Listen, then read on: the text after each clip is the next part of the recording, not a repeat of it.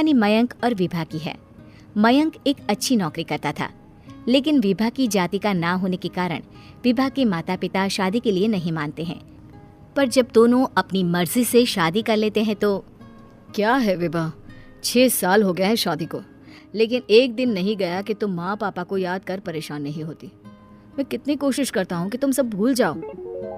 कोई नहीं भूल पाता है मयंक, माँ पापा को कोई कैसे भूल सकता है। तभी सास का फोन आता है। माँ लो, विभा से बात कर लो, आज उसे अपनी माँ की बहुत याद आ रही है। बेटा विभा, मैं आ जाऊं? हम दोनों चलेंगे तेरे माँ पापा के पास। बोलो। ना माँ जी, वो आप लोगों को कुछ बोलेंगे तो मुझे और भी बुरा लगेगा। आखिर आप भी मेरी माँ ही तो हैं। अरे सुन लेंगे ना यार, कोई बात नहीं, बोलेंगे ही ना। चलो माँ, मैं फ़ोन रख रहा हूँ।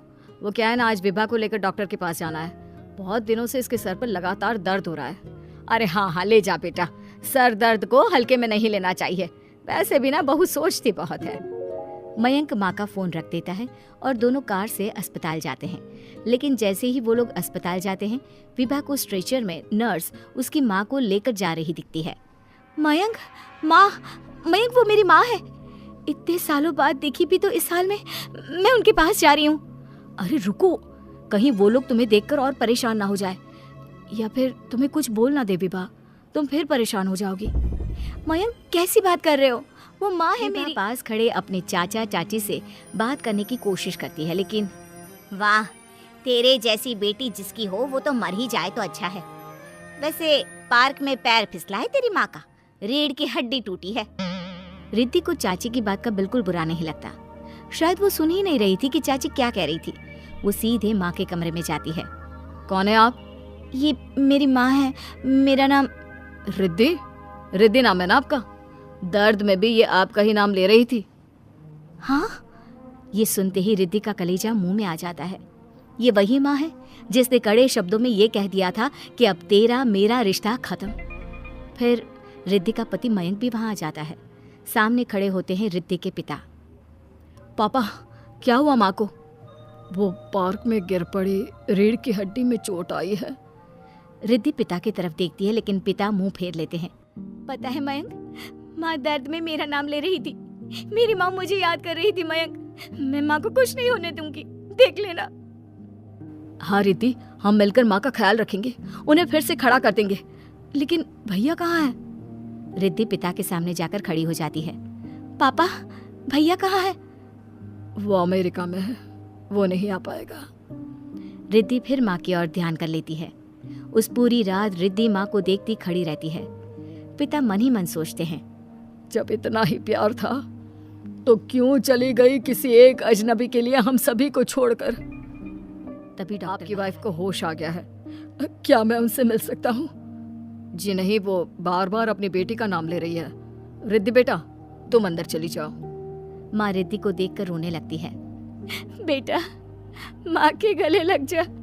मैंने तो सोचा था तेरा चेहरा देखे बिना ही मर जाऊंगी। ऐसे कैसे? भला मैं अपनी माँ को कुछ कैसे होने दे सकती हूँ? माँ उठने की कोशिश करती है, लेकिन वो उठ नहीं पाती। देखिए, आपकी रीढ़ की हड्डी में फ्रैक्चर है। मुझे प्यास लगी है, पानी पीना है। रुको माँ, मैं हूँ ना, मैं पिलाती हूँ पानी अपनी माँ को। कोई और नहीं आया? तेरे चाची चाचा आए थे माँ, पर शायद मुझे देखकर चले गए। जाने दे, इस वक्त भी पुरानी रंजिश देख रहे हैं, और रंजिश भी कैसी। माँ अपनी बेटी से नाराज ही तो थी। रिद्धि अब पूरे समय माँ के साथ रहती है। उनके हर काम को करने में उनका सहारा बनती है। फिर एक रोज, आज आपको चलने की कोशिश करनी थी, लेकिन हमारे फिजियो के डॉक्टर नहीं आए जो आपको पकड़कर चलाते, तो फिर आज। डॉक्टर साहब, मैं हूं ना, मैं माँ को चलने में मदद करूंगी। रिद्धि माँ को चलाती फिराती, उनके खाने पीने का ख्याल रखती। ये लो, दवाई खा लो। नहीं, मैं रिद्धि के हाथ से खाऊंगी। ये क्या बात होती है? रिद्धि के हाथ से क्यों? वैसे भी अब कल से तुम्हारी छुट्टी होने वाली है, फिर तो मैं ही हूँ जो भी हूँ। तभी वहाँ रिद्धि आ जाती है।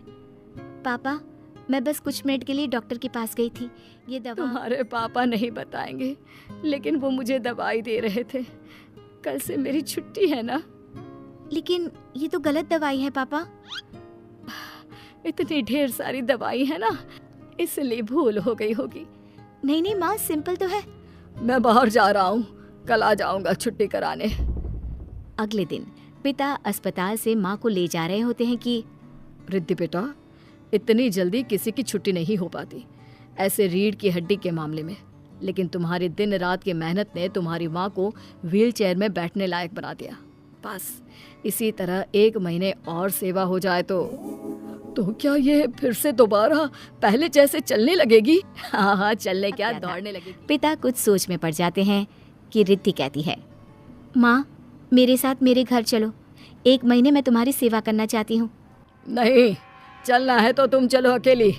उस लड़के के लिए ना हमारे दिल में जगह है ना घर में। पैसे वाला होगा तो अपने घर का। पास खड़ा मयंक रिद्धि को इशारा करता है।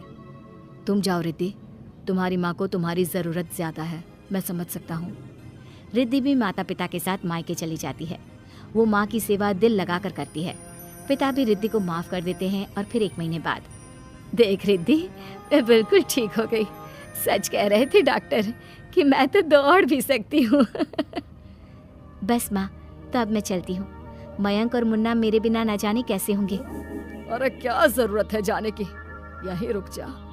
या फिर नहीं पापा, उस दिन आपकी शर्त मैंने सिर्फ माँ की हालत देकर मानी थी, लेकिन अब नहीं। अब मैं इस घर में तभी कदम रखूंगी जब मेरे पति को भी इज्जत से बुलाया जाएगा। पिता समझ जाते हैं कि बेटी क्या चाहती है। फिर एक रोज, अरे रिद्धि देखो तो दरवाजे में कौन है? रिद्धि दरवाजा खोलती है तो सामने माँ पिता खड़े होते हैं। हाथ में होता है ढेर सारा गिफ्ट। कहाँ है मेरे दामाद जी? मयंक और रिद्धि माता पिता को देखकर खुश हो जाते हैं और माँ मुन्ने को गले लगा लेती है।